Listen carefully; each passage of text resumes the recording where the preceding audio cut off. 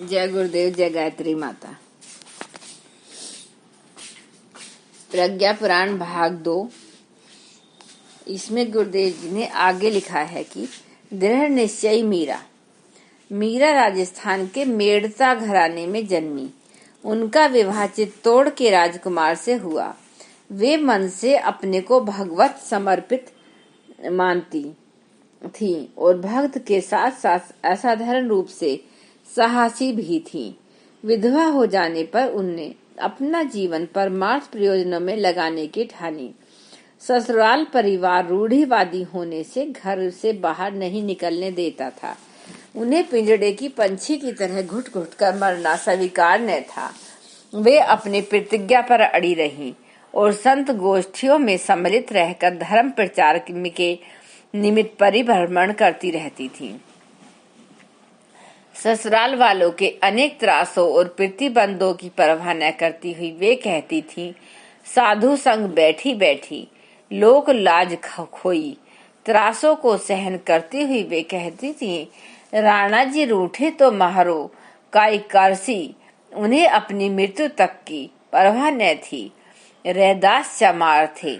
मीरा ने उन्हें अपना गुरु बनाया।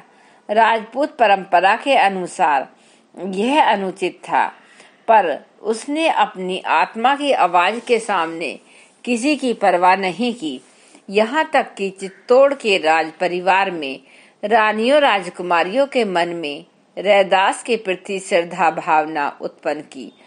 वे भगवान की कृपा मुफ्त से मांगने पर विश्वास नहीं करती थीं, वरन अपना सब कुछ भगवान के काम में आने के लिए सुपर्द करती थीं। वे गाती थीं, सखी रे मैंने गिरधर लीन्हो मोल। मीरा को दृढ़ निश्चयी और साहसी भक्तों में गिना जाता है। आदर्शवादी जीवन क्रम में आत्म कल्याण और विश्व कल्याण के दोहरे प्रयोजन सधते देखे गए हैं। अंतःकरण में उत्कृष्टता के प्रति श्रद्धा, चिंतन में आदर्शों की पक्षधर मंगलमयी प्रज्ञा उभरती है। फलतः ऐसी देवोपम प्रवृत्ति के लोग अपने क्रम में व्यवहार में लोकमानस के परिष्कार और सत्वृत्ति संवर्धन के दो प्रयोजनों को प्रमुखता देते हैं और अपने वंश व राष्ट्र में पूजे जाते हैं। सामान्य दृष्टि वाले व्यक्ति परमार्थ परायण जीवन में व्यक्तिगत हानि देखते हैं, आत्म कल्याण की बात भी सोचते हैं, तो संसार को मिथ्या कहकर केवल अपने भले की बात को महत्व देते हैं। महामानव स्तर के व्यक्ति ऐसा मार्ग पकड़ते हैं जो आत्म कल्याण और विश्व कल्याण दोनों को एक साथ उपलब्ध कराता है। लोकमानस के परिष्कार के प्रयास से व्यक्ति स्वयं भी परिष्कृत होता रहता है। समाज में सत्वृत्तियां बढ़ाने में उसके अंदर भी वे पनपती हैं। इस प्रकार दोहरा लाभ मिल जाता है। बस बंधुवर पुष्प लो सवेरा हुआ, माली इधर ही आ रहा है। अपनी सज्जनता, सौम्यता तथा उपकार की सजा भुगतने के लिए तैयार हो जाओ। तात यदि मेरी सीख मानते और कठोरता व कुटिलता का आश्रय ग्रहण किए रहते तो आज यह नौबत नहीं आती। फूल कुछ बोला नहीं, उसकी स्थिति और भी मोहक हो उठी। माली आया, उसने फूल को तोड़ा और डलिया में रखा। कांटा दर्प में हंसा, माली की वृद्ध उंगलियों में चुभा और अहंकार में ऐंठ गया। माली उसे गालियां बकता हुआ वापस लौट गया। समय बीता। एक दिन देव मंदिर में चढ़ाए उस फूल की सूखी काया को उठाकर कोई उसी वृक्ष की जड़ों में के पास डाल गया। कटी ने प्लान मुख से सुमन को देखा तो हंसा और बोला, कहो तात, अब तो समझ गए कि परोपकारी होना अपनी ही दुर्गति कराना है। फूल की आत्मा बोली, बंधु, यह तुम्हारा अपना विश्वास है। शरीरों में चुभकर दूसरों की आत्मा को कष्ट पहुंचाने के पाप के अतिरिक्त तुम अपयश के भी भागी बने अंतः तो सभी को सुनिश्चित है, किंतु अपने प्राणों को देवत्व में परिणत करने और संसार को प्रसन्नता प्रदान करने का श्रेय मुझे मिला है। तुम्हें उससे सदैव के लिए वंचित रह गई। मैं दृष्टि से फायदे में हूँ और तुम घाटे में। मंत्री भद्रजीत की देवकृति। राजा बालीक ने किसी बात पर रुष्ट होकर प्रधान अमात्य भद्रजीत को पदच्युत कर दिया। सोचा इससे उन्हें प्रताड़ना मिलेगी और होश ठिकाने आएंगे। जन सम्मान के बिना कौन सुखी रह सकता है। भद्रजीत की आदर्शनिष्ठ बुद्धि अडिग रही। प्रेरणा हुई लोक मंगल के लिए। पद नहीं, श्रेष्ठ भावना चाहिए। उन्होंने जनसंपर्क साधा और लोक सेवा के कार्यों में संलग्न हो गए। सहयोग पहले की अपेक्षा अधिक बढ़ा। फलतः भद्रजीत के सुख संतोष में भी वृद्धि हो गई। राजा की इच्छा हुई अमात्य को मिली प्रताड़ना का प्रतिफल आंखों देखें। सो वे छद्मवेश बनाकर वहां जा पहुंचे जहां भद्रजीत उन दिनों निवास कर रहे थे। राजा ने देखा भद्रजीत बिल्कुल सहज स्थिति में है। अभाव का कोई चिन्ह नहीं था। कुशल से पूछी तथा राज्य पद न रहने की प्रतिक्रिया जाननी चाहिए। भद्रजीत ने कहा, मेरे ऊपर राजा ने बड़ा उपकार किया। मुझे यह समझने का अवसर मिला कि पद की अपेक्षा अपने कर्म और व्यवहार का प्रभाव कितना अधिक सार्थक होता है। आज मेरे और मेरी आराध्य जनता के बीच केवल स्नेह सूत्र है। पद प्रतिष्ठा और औपचारिकता की खाई पड़ चुकी है।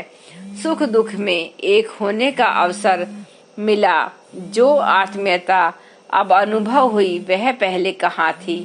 राजा समझ गए सत्य पुरुष पद से नहीं अपनी देवोपम प्रवृत्तियों से सम्मान पाते हैं। सिद्धांतवाद की जीती जागती मूर्ति का नाम है। जॉर्ज बर्नार्ड शॉ वे आयरलैंड के माने हुए लेखक थे। उस देश में मांसाहार और सुरा सुंदरी का साधारण प्रचलन है। बर्नार्ड शॉ ने इन तीनों से आजीवन बचे रहने का प्रयास किया और उसे पूरी तरह निभाया। उनकी आजीविका अच्छी थी, ख्याति भी विश्वव्यापी थी। एक युवती ने विवाह का प्रस्ताव रखा तो उन्हें चकित होकर इसका कारण पूछा। युवती ने कहा, मैं चाहती हूँ कि मेरी संतान मुझ जैसी सुंदर और आप जैसी विद्वान हो। सो समझ गए कि यह सुंदरी मुझे शब्दों के जाल में फंसाना चाहती है। उनकी आदर्श निष्ठा बुद्धि ने तुरंत मार्ग खोजा। वे बोले, देवी आप जैसा सोचती हैं, यदि उसका ठीक उल्टा हो गया तब कैसा होगा। मुझ जैसा कुरूप और आप जैसी मूर्ख संतान भी तो हो ही सकती है। निरुत्तर होकर महिला लौट गई। शाह अपने सिद्धांत पर अडिग रहे। शाह ने जो भी कमाया सार्वजनिक कार्यों के लिए दान कर दिया। मरने के बाद उनके जनाजे में पशु पक्षियों का जुलूस चले, ऐसी वे वसीयत कर गए। वे कहते थे कि पशु पक्षियों का मांस कभी नहीं खाया और कुटुंबियों की तरह उन्हें माना है। सो वे ही जनाजे के साथ चलने के अधिकारी हैं। उनकी विद्वता, उनकी आदर्श निष्ठा के सहारे ही इतनी निखरी और लोकप्रिय हुई। वुंडरेज की सफल श्रम साधना। ओलंपिक खेलों का नाम आज संसार के बच्चे बच्चे की जुबान पर है। इस स्थिति में लाने का श्रेय वुंडरेज को है। उनने बहुत छोटे संगठन को विश्व स्तर का बनाया। सशक्त राष्ट्र और धींगा मस्ती करते और मनमानी चलाते उसे सूझबूझ और साहस के साथ रोका। आज 16,000 उच्च कोटि के खिलाड़ी इस माध्यम से ट्रेनिंग प्राप्त कर रहे हैं। कभी खेलकूद को गंवारों का शुगल समझा जाता था। वुंडरेज की रचनात्मक बुद्धि ने उसे वह स्थान दिलाया कि उससे सम्मानित योग्यता माना जाने लगा। इससे उत्साह ग्रहण कर सारे उस संसार में व्यायाम के पक्ष में वातावरण बना है। उसका प्रभाव छोटे छोटे गांवों पर पड़ा है। लोगों की उछल कूद की अनियंत्रित आदत को खेल भावना के अनुशासित सांचे में ढालने में वुंड्रेज के अथक श्रम को सदा श्रेय दिया जाता रहेगा। सारे विश्व में उसका और उसकी खेल योजना का नाम गौरव के साथ लिया जाता है।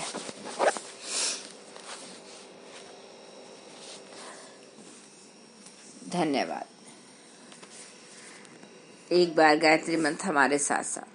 ओम भूर्भुवः स्वः तत्सवितुर्वरेण्यं भर्गो देवस्य धीमहि धियो यो न प्रचोदयात्। जय गुरुदेव, जय गायत्री माता।